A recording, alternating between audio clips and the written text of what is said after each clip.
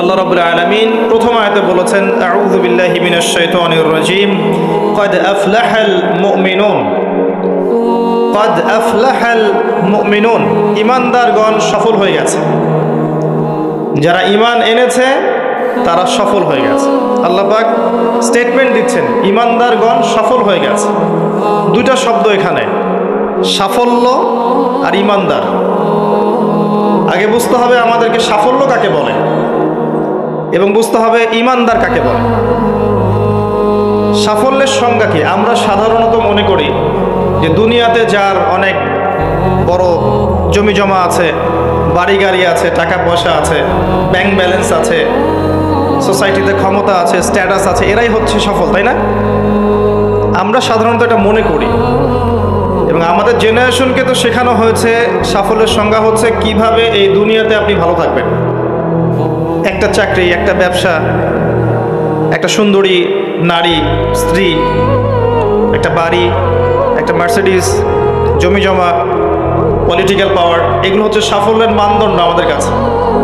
এগুলো অর্জন করলে পরে সমাজের মানুষ বলে হ্যাঁ লোকটা সফল, জীবনে কিছু করতে পেরেছে। এগুলো যার অর্জন করতে ব্যর্থ হয় সে যত ভালো মানুষই হোক না কেন মানুষ মনে করে ব্যর্থ। সারা জীবন পানের দোকান করলাম, কি করলাম? সারা জীবন সবজি বিক্রি করলাম, সারা জীবন ছোট্ট একটা ব্যবসা করে খাইলাম, ছোট্ট চাকরি করলাম, জীবনটাই যেন বৃথা। মানুষের দর্শন, চিন্তা দর্শন এখন এমন। আল্লাহ পাক এটা কোরআনে বলেছেন বাল তুফিরুনাল হায়াতাদ দুনিয়া ওয়াল আখিরাতু খায়রু ওয়া আবকা, বরং তোমরা দুনিয়ার জীবনকেই প্রাধান্য দিয়ে থাকো, প্রকৃতপক্ষে পরকাল উত্তম এবং চিরস্থায়ী। সূরা আলী ইমরানে আল্লাহ পাক বলেছেন 185 নম্বর আয়াতে কুল্লু নাফসিন যায়িকাতুল মাউত, প্রত্যেকটা নফস মৃত্যুর স্বাদ গ্রহণ করবে। আর কিয়ামতের দিন তোমাদেরকে পূর্ণ মাত্রায় প্রতিদান দেয়া হবে। সেদিন ফামান যুহজিহা আনিন নার ওয়া উদখিলাল জান্নাতা ফাকাদ ফাজ, কিয়ামতের মাঠে যাকে পুলসিরাত পার করানো হবে, জাহান্নাম থেকে বাঁচানো হবে, জান্নাতে প্রবেশ করানো হবে, একমাত্র সে ব্যক্তি সফল, আর কেউ সফল নয়। ওয়ামাল হায়াতুদ দুনিয়া ইল্লা মাতাউল গুরুর, দুনিয়ার জীবন ধোঁকা প্রতারণা ছাড়া কিচ্ছু নয়। মরিচিকা দেখেছেন? মরিচিকা রোদের মধ্যে দেখা যায়, এটা দুনিয়ার জীবন। আল্লাহ পাক এর সাথে তুলনা করেছেন। আরেকটা আয়াত আছে সূরা হাদীদের মধ্যে, ওই আয়াতের মধ্যে আল্লাহ পাক দুনিয়ার জীবনের একটা এক্সাম্পল দিয়েছেন, দৃষ্টান্ত দিয়েছেন। কেমন?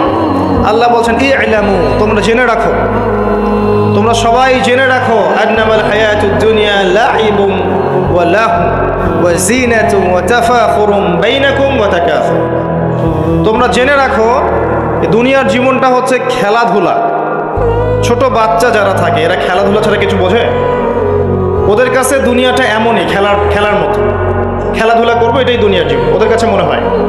আর একটু বড় হলে আল্লাহ দেখবেন কিশোর কিশোরীরা এখন দুনিয়ায় জীবনের কোনো উদ্দেশ্য নাই, সারাদিন এই বস্তুবাদিতার স্রোতে গা ভাসিয়ে দিয়েছে, ছেলে খেলায় সময় পার করছে। সারাদিন দেখবেন ফেসবুক, ইউটিউবিং, টিকটক, আড্ডাবাজি করা, লুডো খেলা, পাবজি, ফ্রি ফায়ার, ওদের কাছে লাহু মানে মজা, হাসি তামাশা। দুনিয়ার জীবন কি? ঠাট্টা, মজা, হাসি তামাশা। একটু বুঝ বেশি থাকলে ড্রাগ অ্যাডিক্টেড হবে, গার্লফ্রেন্ডকে নিয়ে ঘুরবে, পর্নোগ্রাফিতে আসক্ত হবে, জুয়া খেলবে, ক্যাসিনোতে যাবে। দুনিয়ার জীবন ওদের কাছে এমন।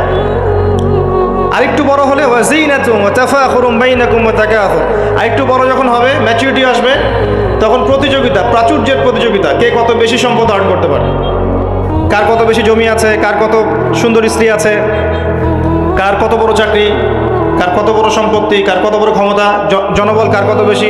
এই যে তাফাখুরুম বাইনাকুম ওয়া তাকাসুর, আল্লাহ পাক এটা সূরা তাকাসুরেও বলেছেন আলহাকুমুত তাকাসুর হাত্তা যুরতুমুল মাকাবির, তোমরা প্রাচুর্যের প্রতিযোগিতা তোমাদেরকে মোহাচ্ছন্ন করেছে যতক্ষণ না তোমরা কবরে শায়িত হচ্ছ। কাল্লা সাউফা তা'লামুন সুম্মা কাল্লা সাউফা তা'লামুন, কখনো নয়, শীঘ্রই তোমরা জানতে পারবে। আবারও বলছি, শীঘ্রই তোমরা জানতে পারবে। কাল্লা লাউ তা'লামুনা ইলমাল ইয়াকিন, তখন ইলমাল ইয়াকিনে জানবে। একটা জিনিস পড়ে জানার নাম ইলমাল ইয়াকিন নয়, অনুধাবন করবেন যখন, তখন আপনার কাছে ইলমাল ইয়াকিন হবে। যেমন আপনাকে যদি বলি যে গোলাপ ফুলের গন্ধ আর রজনীগন্ধার গন্ধের মধ্যে পার্থক্য লিখে বলেন, লিখিত আকারে পার্থক্য বলেন বা ভাষায় প্রকাশ করেন, পারবেন? কথা বুঝতে পারছেন? গোলাপ ফুলের গন্ধ এবং রজনীগন্ধার গন্ধের মধ্যে কি পার্থক্য আছে আমাকে লিখিত আকারে দেন বা ভাষায় প্রকাশ করেন, পারবেন? এটা সম্ভব? মধুর মিষ্টি কেমন আর এই যে আপনার গুড় এর মিষ্টি কেমন লিখিত আকারে বলুন বা ভাষায় প্রকাশ করুন, পারবেন? কিভাবে পারা যাবে? কিভাবে? যদি আপনি দুইটা ফুল কাছে নেন, নিয়ে দুটার ঘ্রাণ শোকেন, শুকে আপনি বুঝতে পারবেন, অনুধাবন করবেন। ইলমাল ইয়াকিন, এটা হচ্ছে ইলমাল ইয়াকিন। আপনার নিশ্চিত জ্ঞান হলো যে এই গন্ধটা এমন, এই গন্ধটা এমন। পরে আপনি বলবেন অমুকের গন্ধটা গোলাপের মতো আর অমুকের গন্ধটা রজনীগন্ধার মতো। এই যে ইলমাল ইয়াকিন। মধু খান আবার গুঁড়ো খান, স্বাদ যখন বুঝবেন আপনি বুঝে ফেলবেন যে কোনটা কিসের স্বাদ। এই চাক্ষুষ জ্ঞানটাকে বলা হয় কি? ইলমাল ইয়াকিন। কবরের আযাব না ভোগ করলে মানুষ বুঝবে না পরকাল কি জিনিস, ওইটা ইলমাল ইয়াকিন। আমি বুঝাতে পারছি? কবর যখন চাপ দিবে নাউযুবিল্লাহ, তখন মানুষের ইলমাল ইয়াকিন হবে যে এটাই সেই শাস্তি। সূরা দুখান পড়ে দেখেন, আল্লাহ পাক বলেছেন যুক ইন্নাকা আনতাল আজিজুল কারীম, শাস্তি ভোগ করো, আজকে শাস্তি ভোগ করো। পৃথিবীতে অনেক সম্মানিত ছিলে, আজকে শাস্তি ভোগ করো। এটাই সেই শাস্তি যা তুমি অস্বীকার করেছিলে। তখন বুঝবেন কোনটা ইলমাল ইয়াকিন। তো আল্লাহ পাক এই কথাটা বলেছেন সূরা তাকাসুরের মধ্যে, তোমাদের প্রাচুর্যের প্রতিযোগিতা ব্যস্ত করে রেখেছে যতক্ষণ পর্যন্ত না তোমরা কবরে শায়িত হচ্ছ। কাল্লা সাউফা তা'লামুন সুম্মা কাল্লা সাউফা তা'লামুন কাল্লা লাউ তা'লামুনা ইলমাল ইয়াকিন। নিশ্চিত জ্ঞান সহকারে তোমরা জানবেই ইনশাআল্লাহ তাআলা। আল্লাহ পাক সূরা হাদীদের এই আয়াতে বলছেন যে দুনিয়ার জীবনটা খেলাধুলা, প্রাচুর্যের প্রতিযোগিতা, অনর্থক বিষয়ে ব্যস্ত থাকা।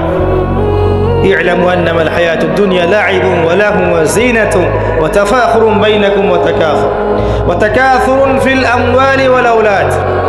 এই প্রাচুর্যের প্রতিযোগিতা হচ্ছে সম্পদের ক্ষেত্রে, সন্তানদের ক্ষেত্রে। এটা করি না আমরা? আমার এত সন্তান, আমার এত সম্পদ।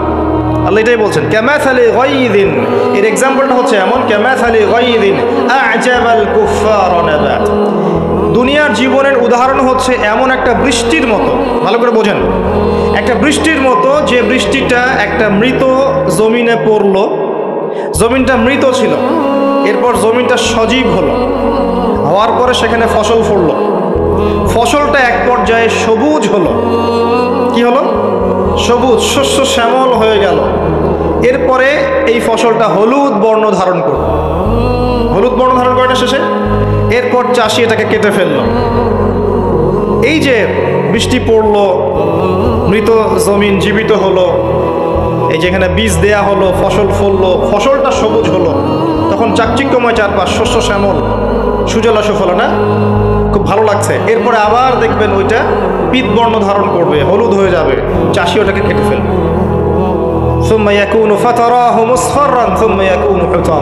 এরপর এই যে ফসলটা কেটে ফেললেন, এটার খড়কুটা পড়ে থাকলো না, এটা দিয়ে আপনি জাল দিবেন, আগুন জ্বালাবেন, তাই না? রান্নার কাজে ব্যবহার করবেন। এই হলো দুনিয়ার জীবন। ওয়াফিল আখিরাতি আযাবুন শাদীদ, আর পরকালের জীবনে স্থায়ী, এখানে আছে কঠিন শাস্তি, অথবা ওয়া মাগফিরাতু মিনাল্লাহি ওয়া রিদওয়ান, অথবা থাকবে আল্লাহর মাগফিরাত মানে ক্ষমা এবং সন্তুষ্টি। ওই দুনিয়ার ওই ছোট্ট জীবনটাকে যারা আল্লাহর বিধান অনুযায়ী চালাতে পারবে, পরকালে ওদের শাস্তির কোনো ভয় নেই। লা খাউফুন আলাইহিম ওয়া লা হুম ইয়াহজানুন। এই জীবনটায় যারা তাকাসুর, ভোগবিলাস, লাহু, এগুলোতে ব্যস্ত থাকবে, এদের পরকাল হবে আযাবুন শাদীদ, কঠিন শাস্তি। ওয়া মাল হায়াতুদ দুনিয়া ইল্লা মাতাউল গুরুর। এই হলো সূরা হাদীদের আয়াত। দুনিয়ার জীবন প্রতারণা ছাড়া কিচ্ছু নয়। অতএব তোমাদের করণীয় কি? তার পরের আয়াতে বলা আছে ওয়াসাবিকু ইলা মাগফিরাতিন মির রাব্বিকুম ওয়া জান্নাহ। অতএব তোমরা দুনিয়ার জীবনকে প্রাধান্য না দিয়ে পরকালের দিকে ফোকাস করো, তোমার রবের পথের দিকে ফোকাস করো। ছুটে চলো, তোমরা ছুটে চলো সেই জান্নাতের দিকে যার প্রশস্ততা আসমান এবং জমিনের সমান। ওয়াসাবিকু ইলা মাগফিরাতিন মির রাব্বিকুম ওয়া জান্নাহ আরদুহা কাআরদিস সামাই ওয়াল আরদ উইদ্দাত লিল্লাযিনা আমানু বিল্লাহি ওয়া রাসূলিহি। এটা প্রস্তুত করা হয়েছে কাদের জন্যে? যারা ঈমান এনেছে এবং তদনুযায়ী কি করেছে? আমল করেছে। আল্লাহর প্রতি ঈমান এনেছে রাসূলগণের প্রতি ঈমান এনেছে, তদনুযায়ী আমল করেছে, এই মুমিনদের জন্য জান্নাত প্রস্তুত করা আছে। আল্লাহ পাক এই সূরায় বলছেন কদ আফলাহাল মুমিন। কথা বুঝতে পারছেন এবার? সফল কারা হয়েছে? এই মুমিনরা। আর আফলাহার সংজ্ঞা আল্লাহ পাক দিয়ে দিলেন ফামান যুহজিহা আনিন নার ওয়া উদখিলাল জান্নাহ ফাকাদ ফাজ। পরকালে যে জান্নাতে যাবে, জাহান্নাম থেকে বাঁচবে, একমাত্র সেই ব্যক্তি সফল, আর কেউ সফল নয়। এখন কদ আফলাহাল মুমিনুন আয়াতের মধ্যে সাফল্যের সংজ্ঞা আপনি শিখে ফেললেন। দুনিয়ার জীবনের সাফল্য চিরস্থায়ী নয়, পরকালের সাফল্য চিরস্থায়ী। দুনিয়ার সবচেয়ে আরামে আয়েশে থাকা ব্যক্তিকে আল্লাহ পাক 1 সেকেন্ডের জন্য জাহান্নামে প্রবেশ করাবেন। হাদিস এসেছে দুনিয়াতে আল্লাহ পাক যাকে সবচেয়ে বেশি নিয়ামত দিয়েছেন, one kind of Bill Gates. কথা বুঝতে পারছেন? ইমানদার ছিল না, কাফের ছিল, প্রচুর ধন সম্পদ আল্লাহ পাক দিয়েছেন। আল্লাহ পাক তাকে 1 মুহূর্তের জন্য জাহান্নামে ঢোকাবেন কিয়ামতের মাঠে, ঢুকিয়ে বের করবেন। বের করে বলবেন দুনিয়াতে সুখে ছিলে? দুনিয়াতে কি সুখে ছিলে তুমি? তখন সেই ব্যক্তি বলবে সুখ কি জিনিস আমি জানি না, সুখ শান্তি কি জিনিস আমি জানি না। 1 সেকেন্ডে। এরপরে পৃথিবীতে সবচেয়ে কষ্টে যে ব্যক্তি ছিল, ধরে নেন আজকে সিরিয়ার মাজলুমদের মতো কেউ, বা প্যালেস্টাইনের মাজলুমদের মতো কেউ, বা আপনাদের এখানেও অনেক মাজলুম আছেন। পৃথিবীর বিভিন্ন জায়গায় এখন মাজলুমদের সংখ্যাই বেশি। যাই হোক, তাকে ঢোকানো হবে জান্নাতে 1 সেকেন্ডের জন্য, 1 মুহূর্তের জন্য, ঢুকিয়ে আবার বের করা। আল্লাহর 1 মুহূর্ত আবার আমাদের মতো নয়। ওই 1 মুহূর্তেই সে অনন্তকালের স্বাদ পেয়ে যাবে। আল্লাহ পাকের 1 মুহূর্ত, তাতে অনন্তকালের স্বাদ সে পেয়ে যাবে ইনশাআল্লাহ। এবার বের করবেন। দুনিয়াতে কষ্টে ছিলে? দুনিয়াতে কখনো কষ্টে ছিলে? এই ব্যক্তি বলবে কষ্ট কি জিনিস আমি তো জানি না, কষ্ট কি জিনিস আমি তো জানি না। অর্থাৎ এই হাদিস থেকে বুঝতে পারছি দুনিয়াতে আমরা যে যত ভালোই থাকি না কেন, পরকালে যদি সফল হতে না পারি দুনিয়ার জীবন বৃথা। ওই যে বাবু তোমার তো 16 আনাই বৃথা, একটা কবিতা আছে না, পড়েছিলেন? এখন তো এগুলা বই থেকে উঠিয়ে দেওয়া হচ্ছে মোটামুটি। ওমর ফারুক একটা কবিতা ছিল, পড়েছেন? এখন আমরা পড়েছিলাম, এখন এগুলো নাই। আস্তে আস্তে আস্তে আস্তে টেকনিক্যালি ভ্যানিশ হয়ে যাচ্ছে, মানে হাওয়ায় মিলে যাচ্ছে। সুবহানাল্লাহ। এই বিশ্বে কোনো কিছুই এমনি এমনি হচ্ছে না। এই বিশ্বে যা কিছু হচ্ছে এর পিছনে কোনো না কোনো কারণ থাকে। কারণটা ফাইন্ড আউট করতে হলে আপনাকে খিজির হতে হবে। কি হতে হবে? তাকে পাবেন কোথায়? কোথায় পাবেন? মাজমাউল বাহরাইন, 2 সাগরের মিলনস্থলে পাবেন। সূরা কাহফ, নবী মুসা আলাইহিস সালাম এবং খিজির আলাইহিস সালামের গল্প পড়েন, ঘটনাটা পড়েন। এখানে আপনি দেখবেন খিজির আলাইহিস সালামকে আল্লাহ পাক বাহ্যিক জ্ঞানের সাথে সাথে আধ্যাত্মিক জ্ঞান দিয়েছিলেন।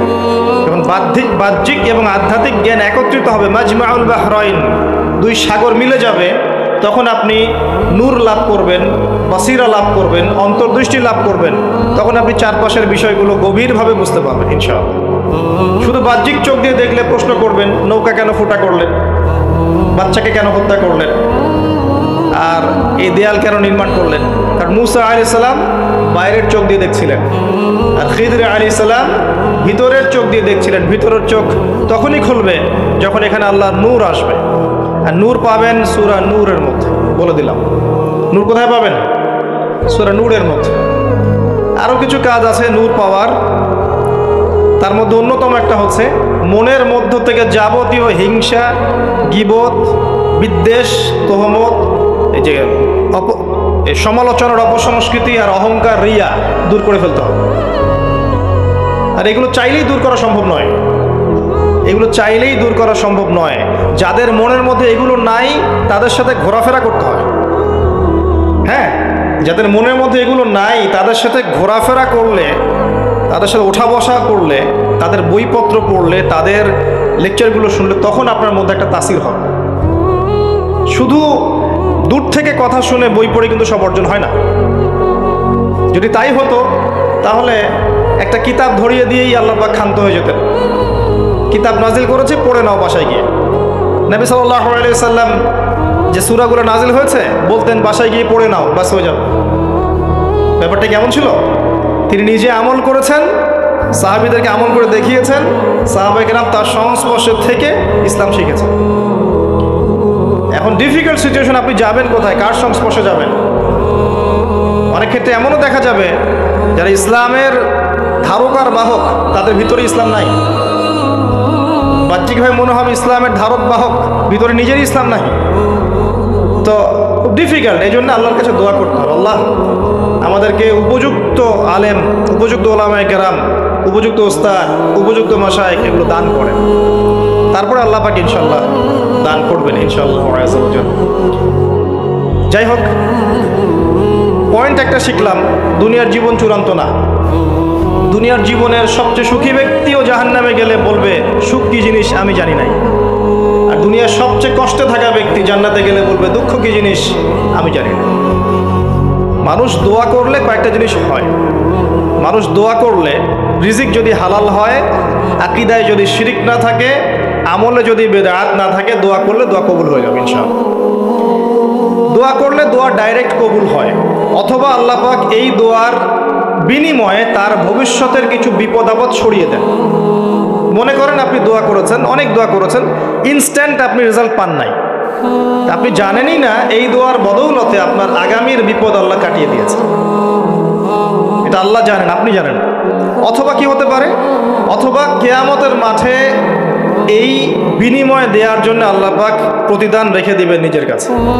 এবং আমরা অনেকেই কিয়ামতের মাঠে উঠব, উঠে আল্লাহ পাক আমাদেরকে দেখাবেন, আমলনামা দেখাবেন এবং বলবেন অমুক দিন তুমি এই দোয়া করেছিলে, আমি এই দোয়াটা ওই সময় দেইনি, তোমার জন্য জমা রেখেছি, আজকে সেই দোয়ার বিনিময় তোমাকে দান করব। ওই দিন মানুষ বলবে, আমরা বলবো যে কাশ দুনিয়াতে আমার কোনো দোয়াই যদি কবুল না হতো। কথা বুঝতে পারছেন? দুনিয়াতে যদি আমার কোনো দোয়াই কবুল না হতো, আজকে সব প্রতিদান পেতাম। একজন অসুস্থ ব্যক্তি, যার দুনিয়াতে প্রচুর রোগ ছিল, কিয়ামতের মাঠে যখন দেখবে যে এগুলোর প্রতিদান কত হাজার হাজার নেকি সে পাচ্ছে, তখন সে বলবে দুনিয়ার পুরো জীবনটাই যদি অসুস্থ থাকতাম কতই না ভালো।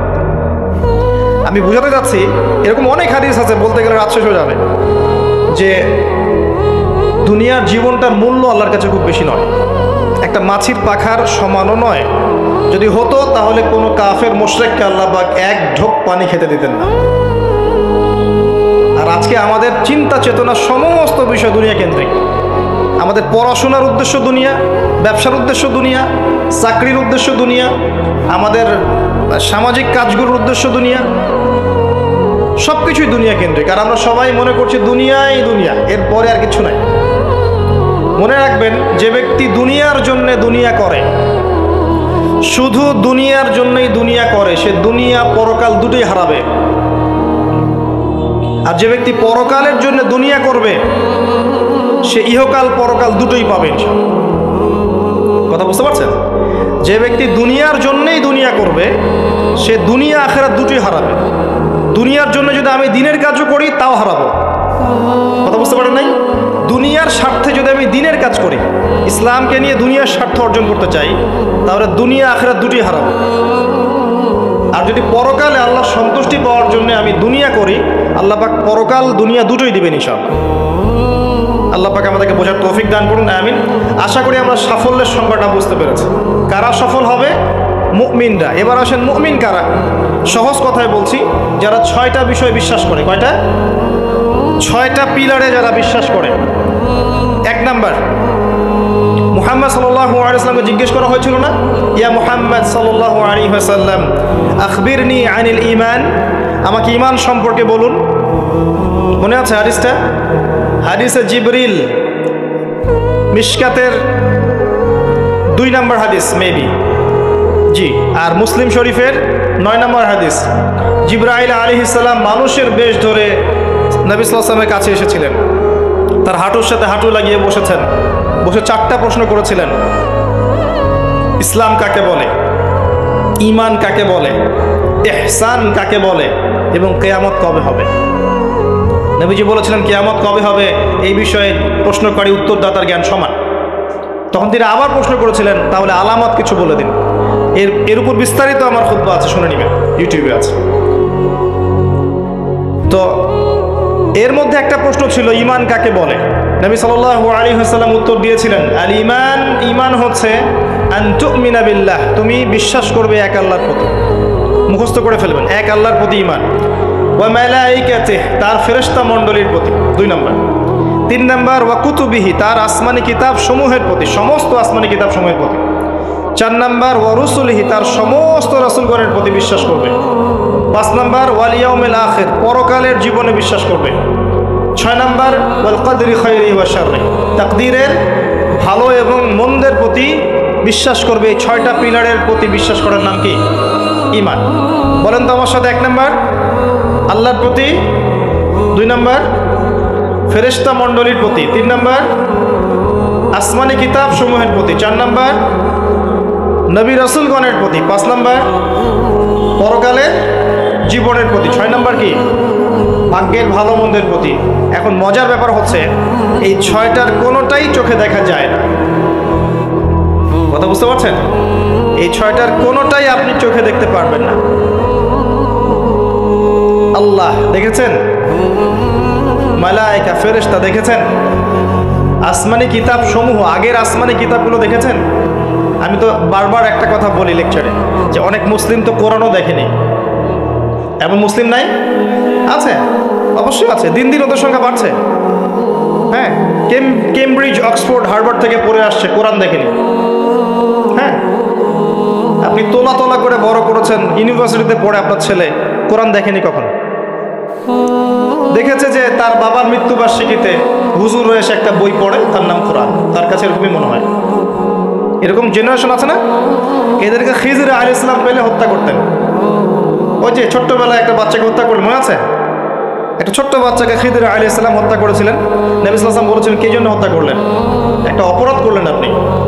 খিজির আলাইহিস সালাম বলেছিলেন, এই বাচ্চা যদি বড় হতো তাহলে বিশাল কাফের হতো এবং নিজে কুফরি করতো, পিতামাতাকে কাফের বানিয়ে ছাড়তো। এই হলো সেই জেনারেশন যেটাকে আমরা বড় করছি এখন। বিশ্বাস করেন, এটাই সেই জেনারেশন।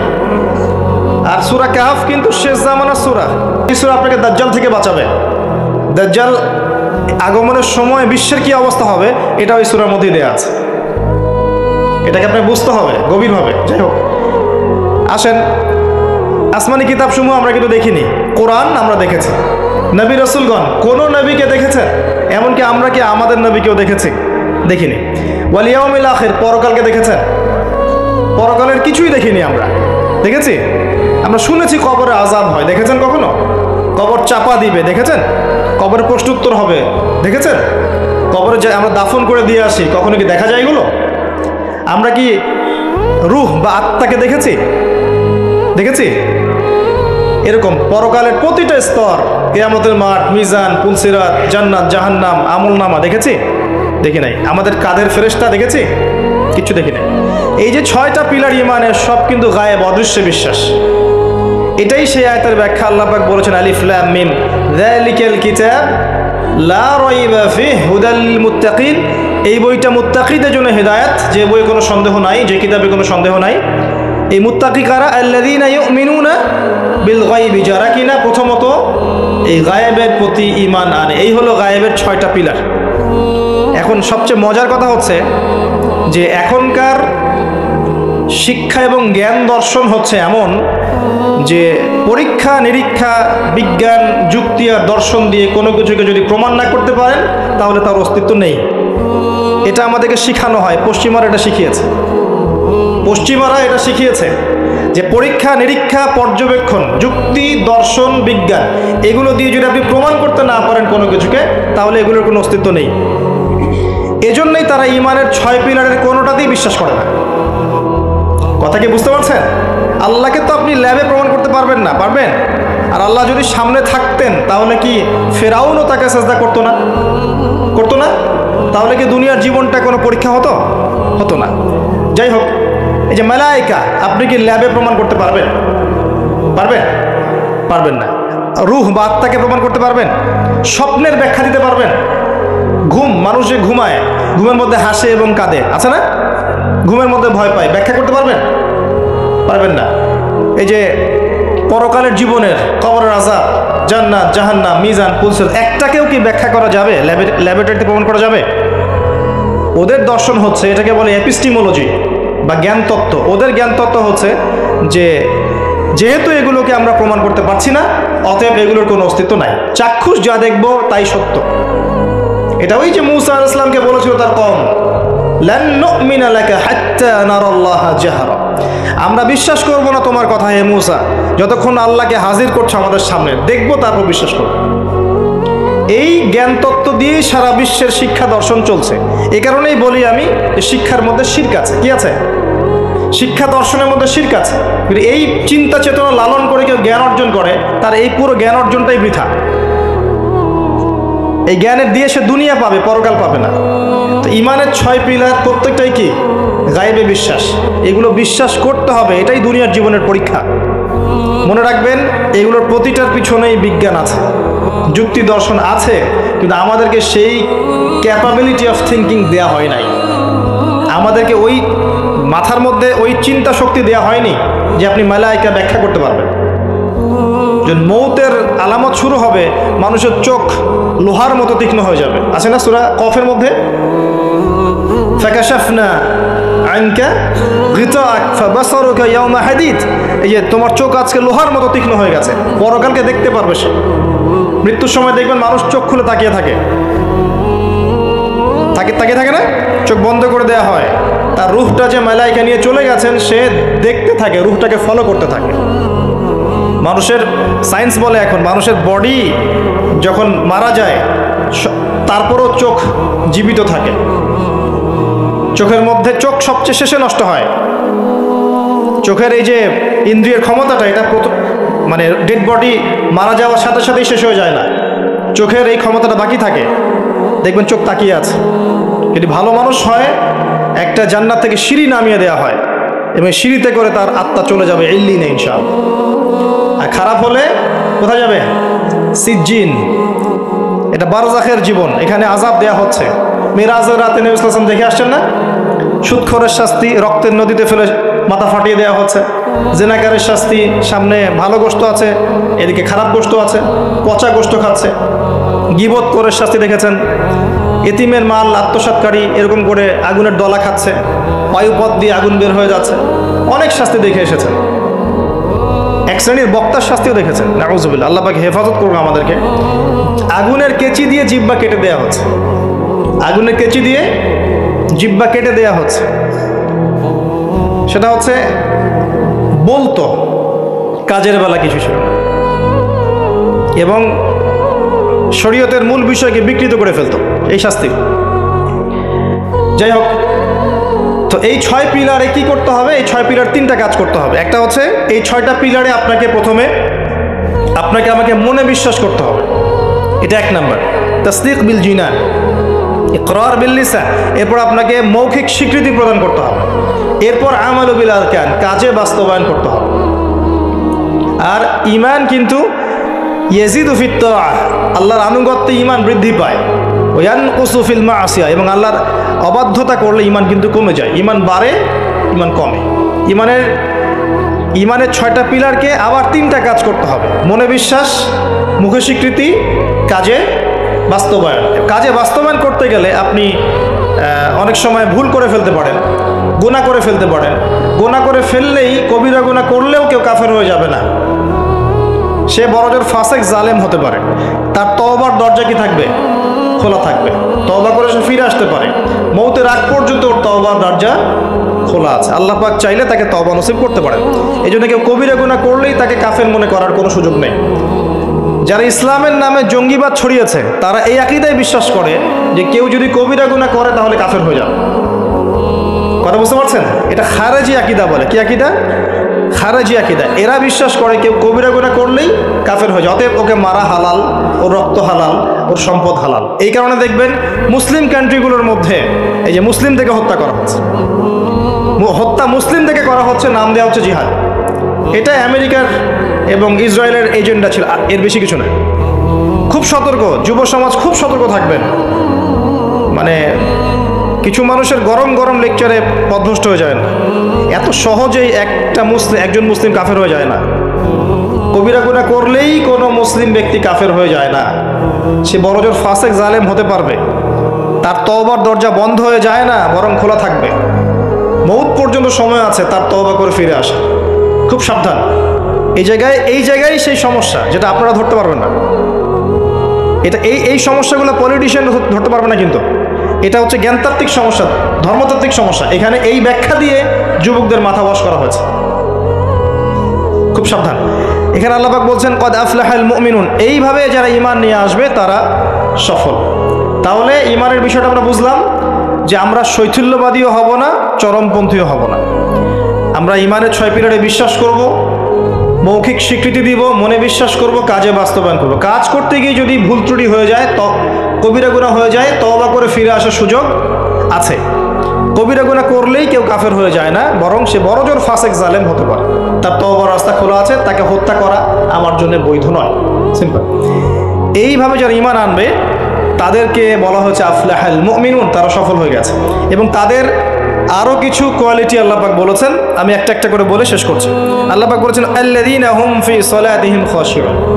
এভাবে ঈমান আনার পর তাদের প্রথম কাজ, তারা নামাজের মধ্যে খুশু খুজুর সাথে নামাজ পড়ে, যেটা এখনকার ডিজিটাল নামাজ আপনি পাবেন না।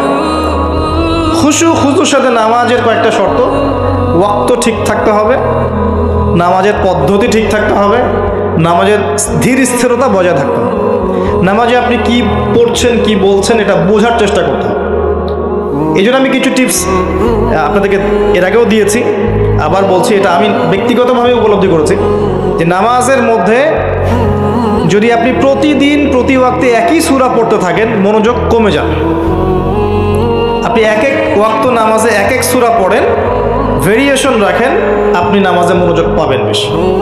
এটা একটা টিপস। একটা টিপস হচ্ছে নামাজে যা পড়ছেন, আল্লাহু আকবার থেকে আসসালামু আলাইকুম রাহমাতুল্লাহ পর্যন্ত প্রতিটা শব্দের অর্থটা জানার চেষ্টা করুন এবং ওই অর্থের দিকে মনোযোগ দেন। আপনার নামাজে মনোযোগ এদিক ওদিকে যাবে না ইনশাআল্লাহ। নামাজ যে ইমাম পড়াবে তাকে স্বাধীনতা দেন, ধীর স্থিরভাবে ওকে নামাজ পড়াতে বলেন। এবং যিনি ইমামতি করবেন তার তেলাওয়াতটাকে অত্যন্ত সুললিত করার চেষ্টা করেন। সুন্দর তেলাওয়াত শুনলে মনোযোগ বেড়ে যায়। খেয়াল করে দেখবেন, তারাবির নামাজে সুন্দর তেলাওয়াত থাকলে দেখবেন মনোযোগ এদিক ওদিক যাচ্ছে না। এবং দুনিয়াবি কাজগুলোকে ফারেক হয়ে নামাজ পড়তে আসেন। মাথায় 10টা কাজ নিয়ে নামাজ পড়তে আসবেন, রিল্যাক্সে নামাজ পড়েন। এবং নামাজের সময় আশপাশের শব্দ যেন না হয় খেয়াল রাখেন। বাসায় বলে দিবেন নামাজের সময় আমাকে ডিস্টার্ব করবেন। নামাজের সময় ফোন আসলে আমাকে নক করার দরকার নাই। নামাজের সময় গেট নক করবেন। মানে নামাজটাকে আপনি সর্বোচ্চ গুরুত্ব দেন। কারণ কি, এটা পড়ার জন্যই তো পৃথিবীতে এসেছি। ওয়ামা খালাকতুল জিন্না ওয়াল ইনসা ইল্লা লিয়াবুদুন। দুনিয়াতে আসছি কেন ভাই? আল্লাহর ইবাদত করতেই তো। এখানে এত তাড়াহুড়োর কি আছে? এরপর আল্লাহ পাক তো সহজ করে দিয়েছেন। আপনি মুসাফির হলে কসর করতে পারবেন, পারবেন না? মুসাফির হলে কসর করতে পারবেন।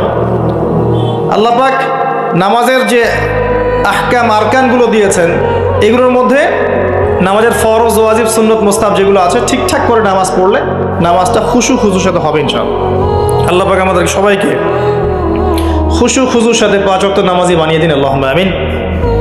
আর মুকিম যারা থাকবেন, চেষ্টা থাকবে জামাত ধরার জন্য।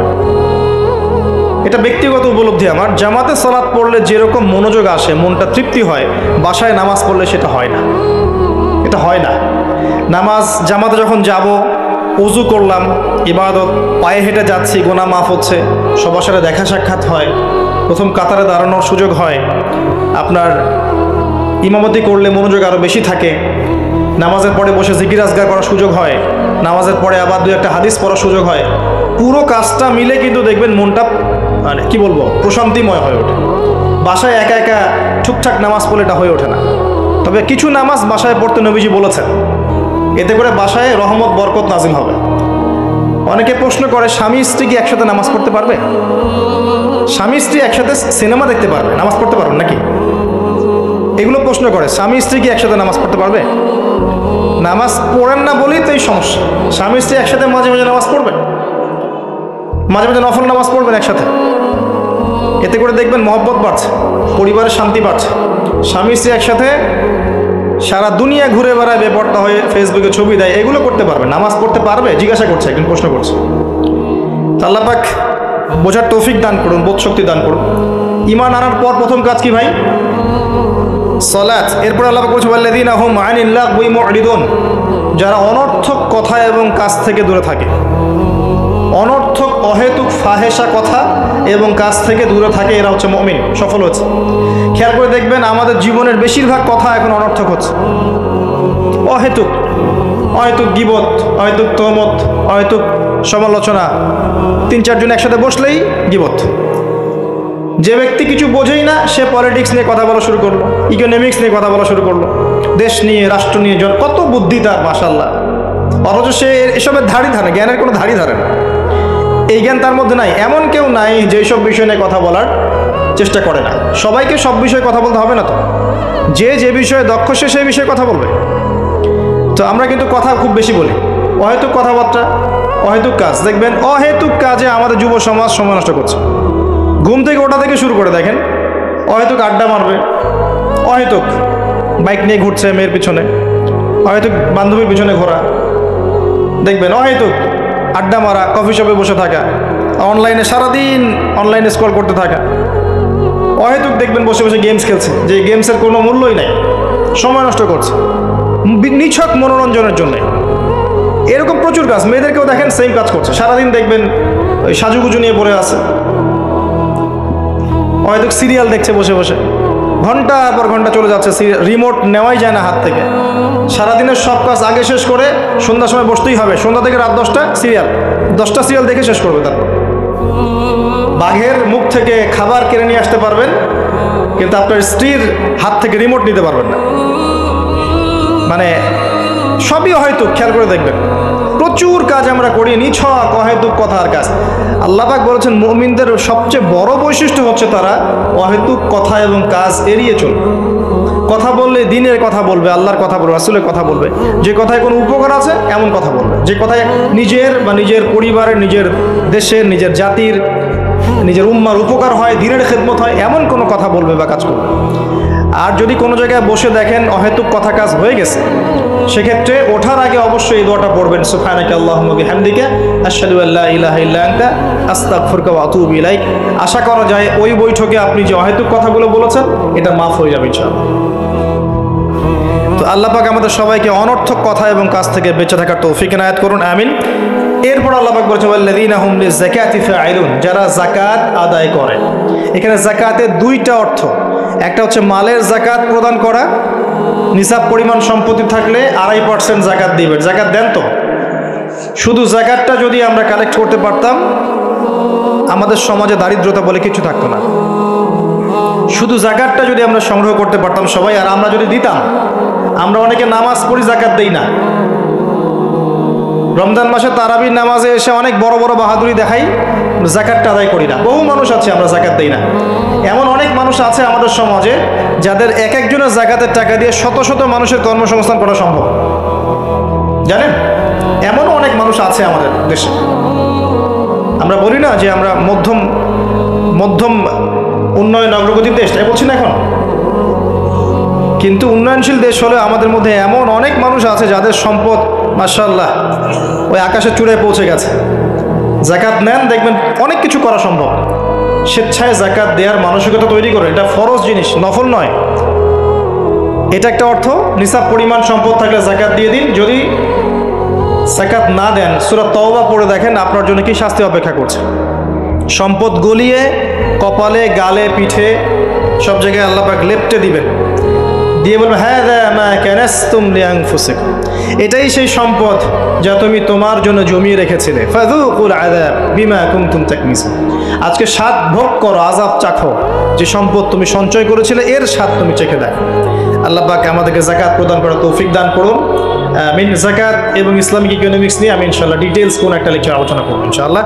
আরেকটা অর্থ হতে পারে যাকাতের, হতে পারে না এটা অর্থই অন্যান্য অনেক ওলামায়ে কেরাম বলেছেন। এখানে যাকাত আরেকটা অর্থ হচ্ছে আত্মশুদ্ধি, মনটাকে পবিত্র করা। আর আত্মশুদ্ধি অর্জন হবে কিছু কাজে, আমি আবারও বলছি, আত্মশুদ্ধি অর্জন হবে নামাজ বেশি বেশি করে পড়লে এবং নফল নামাজ বাড়িয়ে দিলে, আল্লাহর জিকির বেশি বেশি করে করলে, তাসবিহ তাহলিলগুলো বাড়িয়ে দিলে, সকাল সন্ধ্যায় জিকির করলে, আল্লাহ পাকের কাছে বেশি বেশি দোয়া করলে, বেশি বেশি মৌতের কথা স্মরণ করলে, ইয়েতিমের মাথায় হাত বোলালে, মানব সেবামূলক কাজ করলে, জনগণের কল্যাণ হয় এমন কাজ করলে মন নরম হবে, সফট হবে ইনশাআল্লাহ। এবং মন যত নরম হবে তত বেশি আল্লাহর নূর সেখানে আসবে। একই সাথে মনের মধ্য থেকে যাবতীয় হিংসা, বিদ্বেষ, গীবত, তহমত, অহংকার, রিয়া বের করে ফেলতে পারলে ইনশাআল্লাহ দেখবেন আপনার আমার মনটা পবিত্র হবে। এটাই হচ্ছে তাসকিয়া। আল্লাহ বলেছেন কদ আফলাহা মান যাক্কাহা ওয়া কদ খাবা মান দাসাহা। অন্য সূরায় বলেছেন কদ আফলাহা মান তাযাক্কা ওয়া যাকারা ইসমা রাব্বিহি ফাসাল্লা। আল্লাহ পাক আমাদের সবাইকে আত্মশুদ্ধি অর্জন করার তৌফিক ইনায়াত করুন, আমিন। এরপর আল্লাহ পাক বলেছেন ওয়াল্লাযীনা হুম লিফুরুজিহিম হাফিজুন, যারা লজ্জাস্থানের হেফাজত করে। নারী পুরুষ উভয়ের জন্য লজ্জাস্থানের হেফাজতের কথা বলা হয়েছে। আর নারীদের ক্ষেত্রে তাদের পুরো দেহই লজ্জাস্থান, আর পুরুষের সতর আপনারা জানেন। এখানে বৈধ সম্পর্কের বাইরে যত অবৈধ সম্পর্ক আছে সব কিছু থেকে দূরে থাকতে বলা হয়েছে। আপনার চোখের জেনা, মনের জেনা, হাতের জেনা, পায়ের জেনা, সমস্ত জেনা এবং সত্যিকারের জেনা সব কিছু থেকেই দূরে থাকতে বলা হয়েছে। আর লজ্জাস্থান পবিত্র রাখার সবচেয়ে শ্রেষ্ঠ মাধ্যম হচ্ছে পবিত্র স্ত্রীকে বিয়ে করা, বিয়ে শাদী করে নিজের ইজ্জতটাকে হেফাজত করা। এবং এটা প্রাপ্তবয়স্ক হয়ে গেলেই করে ফেলা উচিত। যত ডিলে করবেন পাপ বাড়তে থাকবে। এবং গার্ডিয়ানদের উচিত যদি একটা রিজিকের ব্যবস্থা হয়ে থাকে সন্তানের, বয়স হয়ে গেলে বিয়ে দিয়ে দেওয়া ছেলে আর মেয়ে, যাতে করে ওরা পবিত্র জীবনযাপন করে, অবৈধ সম্পর্কগুলো থেকে বেঁচে থাকে। আবার অনেক সময় দেখা যায় যে আমরা বিয়ের পরেও যে পরকীয়া, তারপরে আপনার ব্যভিচার, পতিতালয়ে যাওয়া, ঠিক আছে, নারী পুরুষের অবাধ মেলামেশা, এগুলোও কিন্তু জেনার অন্তর্ভুক্ত। এগুলো লজ্জাস্থানের হেফাজতের খেলাফ। এর বাইরে আবার আছে সমকামিতা। একটা পর্যায়ে গিয়ে দেখা যায় যে ছেলে ছেলের সাথে নাউজুবিল্লাহ সম্পর্ক স্থাপন করে, মেয়ে মেয়ের সাথে নাউজুবিল্লাহ সম্পর্ক স্থাপন করে। এরা হচ্ছে কওমে লূত, লূত আলাইহিস সালামের কওম। এদের শাস্তি আল্লাহ পাক দিয়েছেন এভাবে এবং আগামীতেও দিবেন ইনশাআল্লাহ। সেটা হলো আল্লাহ পাক এদেরকে আসমানে উঠিয়েছিলেন, উঠিয়ে পাথর বর্ষণ করে আবার মাটিতে দাবিয়ে দিয়েছে। এটা কওমে লূতের শাস্তি ছিল। এই উম্মতের মধ্যে যদি কেউ এই কাজটা করে, তার জন্য শরীয়তের শাস্তি হচ্ছে মৃত্যুদণ্ড। শরীয়তের শাস্তি হচ্ছে মৃত্যুদণ্ড। কেউ যদি কাজ করে থাকে তাহলে শরীয়ত সম্মতভাবে তার মৃত্যুদণ্ড ঠেকানোর কোনো রাস্তা নাই। আমি বুঝাতে পারছি না, এখানে শরীয়তের আইন নাই। এখনকার বিশ্বে সব জায়গায় শরীয়তের আইন নাই। শরীয়তের আইন হচ্ছে তাকে মৃত্যুদণ্ড দিতে হবে। সে যে এখন বেঁচে আছে এটা আল্লাহ পাকের দয়ায় বেঁচে আছে। সে যদি তওবা করে, একজন ব্যক্তি যদি বিবাহিত হয় এবং জেনা করে নাউজুবিল্লাহ, অথবা একজন ব্যক্তি যদি সমকামিতায় লিপ্ত হয় নাউজুবিল্লাহ, অথবা একজন ব্যক্তি যদি কোনো পশু পাখির বা প্রাণীর সাথে মানে সেক্সুয়াল সম্পর্কে লিপ্ত হয় নাউজুবিল্লাহ, এই কাজগুলো করার পর তার পৃথিবীতে বেঁচে থাকার অধিকার সে হারিয়ে ফেলে। সে যদি তওবা করে আল্লাহ হয়তো তার তওবা কবুল করতে পারেন, কিন্তু বেঁচে থাকার অধিকার হারিয়ে গেছে। আমি মানে বুঝাতে পারছি না। একজন মহিলা সাহাবী ভুলবশত এই কাজ করে ফেলেছেন। কথা বুঝতে পারছেন? নবীর কাছে এসেছেন, কোন কাজ করেছেন? বিবাহিত হওয়ার পরেও ব্যভিচার করেছেন। সমকামিতা নয়, কিন্তু বিবাহিত হওয়ার পরেও ব্যভিচার করেছেন। আর সমকামিতা এর চেয়ে তো ডেঞ্জারাস। তো এই মহিলাকে নবী সাল্লাল্লাহু আলাইহি ওয়াসাল্লাম বলছেন বাসায় যাও, তওবা করো। সেই মহিলা বারবার জোর করছে, ইয়া রাসূলুল্লাহ আমাকে পবিত্র করেন, আমাকে পবিত্র করেন। নবী সাল্লাল্লাহু আলাইহি ওয়াসাল্লাম যখন জানতে পারলেন যে এই মহিলা সুস্থ, পাগল নয় এবং সে এরকম ব্যভিচার করেছে, তিনি তাকে বললেন যে তোমার গর্ভে সন্তান এসেছে, এই সন্তান জন্মগ্রহণ করবে, তারপরে আমার কাছে এসো, বিচার করে দিব। সেই মহিলা ফিরে গেল। সে মহিলা ফিরে গিয়ে এই যে বাচ্চা, তার কি বাবার পরিচয় আছে? বাচ্চা লালন বড় করলেন, এরপর বাচ্চা খালাস করলেন, জন্মদান করলেন। জন্মদান করার পরে কোলের বাচ্চাকে নবীর কাছে এসেছেন সাল্লাল্লাহু আলাইহি ওয়াসাল্লাম, এসে বলেছেন ইয়া রাসূলুল্লাহ বাচ্চা এই যে জন্ম হয়ে গেছে, আমাকে পবিত্র করেন। নবীজি বললেন সাল্লাল্লাহু আলাইহি ওয়াসাল্লাম ফিরে যাও, এই বাচ্চা যখন দুধ ছাড়বে তখন আসবে। 2 বছরের মধ্যে এই বাচ্চা দুধ ছেড়ে দিল। শক্ত খাবার খেতে শিখলো। এবার সেই মহিলা আবার এসেছে, এসে বলছে, ইয়া রাসূলুল্লাহ সাল্লাল্লাহু আলাইহি ওয়াসাল্লাম, আমাকে পবিত্র করেন। পবিত্র হওয়ার কি বাসনা, কারণ তারা পরকাল চিনেছেন। দুনিয়াতে আমাকে শাস্তি দেন, রজম করে দেন। নবী করিম সাল্লাল্লাহু আলাইহি ওয়াসাল্লাম দেখলেন বাচ্চার হাতে রুটি আছে, বাচ্চা শক্ত খাবার খেতে পারে।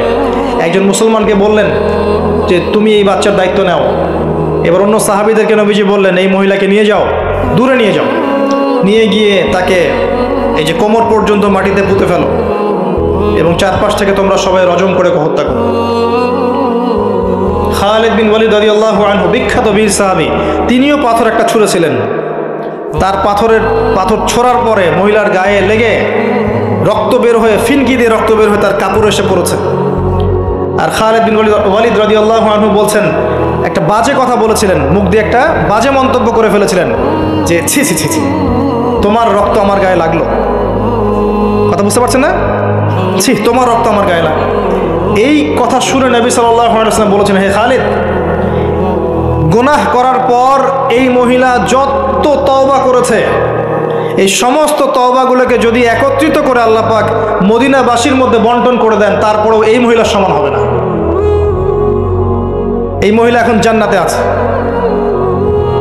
আমি আপনাকে বুঝাতে পারি নাই যে তার তওবা আল্লাহ কবুল করেছেন, তার তওবাকে প্রশংসিত করেছেন, কিন্তু তার রজম কিন্তু কার্যকর করা হয়েছে। বিবাহিত হওয়ার পরেও যারা এরকম ব্যভিচারের সম্পর্কে আছেন, বেঁচে থাকার অধিকার হারিয়ে ফেলেছেন। আর যারা সমকামিতায় আছে, এরা তো আরও আগে হারিয়ে ফেলেছে। এদেরকে জনসমক্ষে মৃত্যুদণ্ড দেওয়ার কাজ ইসলামের শরীয়ত মোতাবেক। তো এই বিধান এখন নাই, আপনাকে কেউ এটা করবে না। আল্লাহর কাছে তওবা করেন নীরবে নিভৃতে, আল্লাহ পাক আশা করা যায় গুনাহ মাফ করে দিবেন ইনশাআল্লাহ তাআলা। কিন্তু পৃথিবীতে বেঁচে থাকার অধিকার মানুষ হারিয়ে ফেলে কিছু আমল করলে, এটা সেই আমল। আল্লাহ পাক এই সূরায় বলেছেন লজ্জাস্থানের হেফাজত করতে এবং পবিত্র স্ত্রীদের কাছে ব্যতীত অন্য কোথাও গিয়ে যেন আমরা সম্পর্কে লিপ্ত না হই। আল্লাহ পাক আমাদের সবাইকে পবিত্র থাকার তৌফিক এনায়েত করুন, আমিন। আর দুটা কথা বলে আল্লাহ পাক শেষ করেছেন এই প্রথম দিকের আয়াতগুলো। আল্লাহ পাক বলেছেন, ওয়াল্লাযীনা হুম লিআমানাতিহিম ওয়া আহদিহিম রাউন। মুমিন তারা যারা আমানত রক্ষা করে এবং ওয়াদা রক্ষা করে। আমানত আর ওয়াদা, কিয়ামতের আলামত, কিয়ামত কবে হবে সাহাবীরা জিজ্ঞাসা করছেন। নবীজি বলছেন যখন আমানতের খেয়ানত করা হবে। সাহাবীরা বলছেন আমানতের খেয়ানত কিভাবে হবে? নবী সাল্লাল্লাহু আলাইহি ওয়াসাল্লাম বলছেন যখন অনুপযুক্ত ব্যক্তিকে দায়িত্ব প্রদান করা হবে বিভিন্ন সেক্টরে, তখন বুঝে নেবে এটাই সেই যুগ। ফান্তাজির সাআ, কিয়ামতের অপেক্ষা করতে থাকো।